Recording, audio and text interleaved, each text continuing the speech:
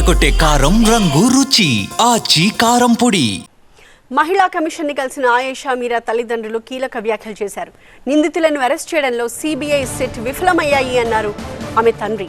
CBI కూడా విచారణ సరిగ్గా చేయలేదు అన్నారు. సామాన్యులకు న్యాయం జరగదు అనడానికి ఇదొక ఉదాహరణ అంటూ ఆవేదన వ్యక్తం చేశారు.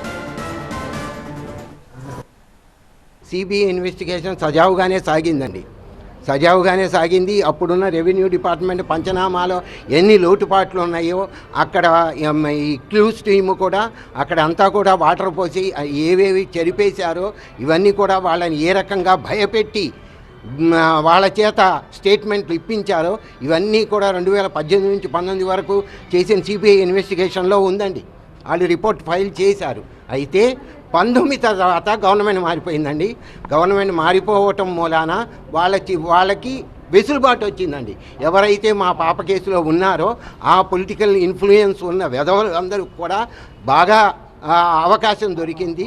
దాంతో సిబిఐని నీరు కార్చేశారు.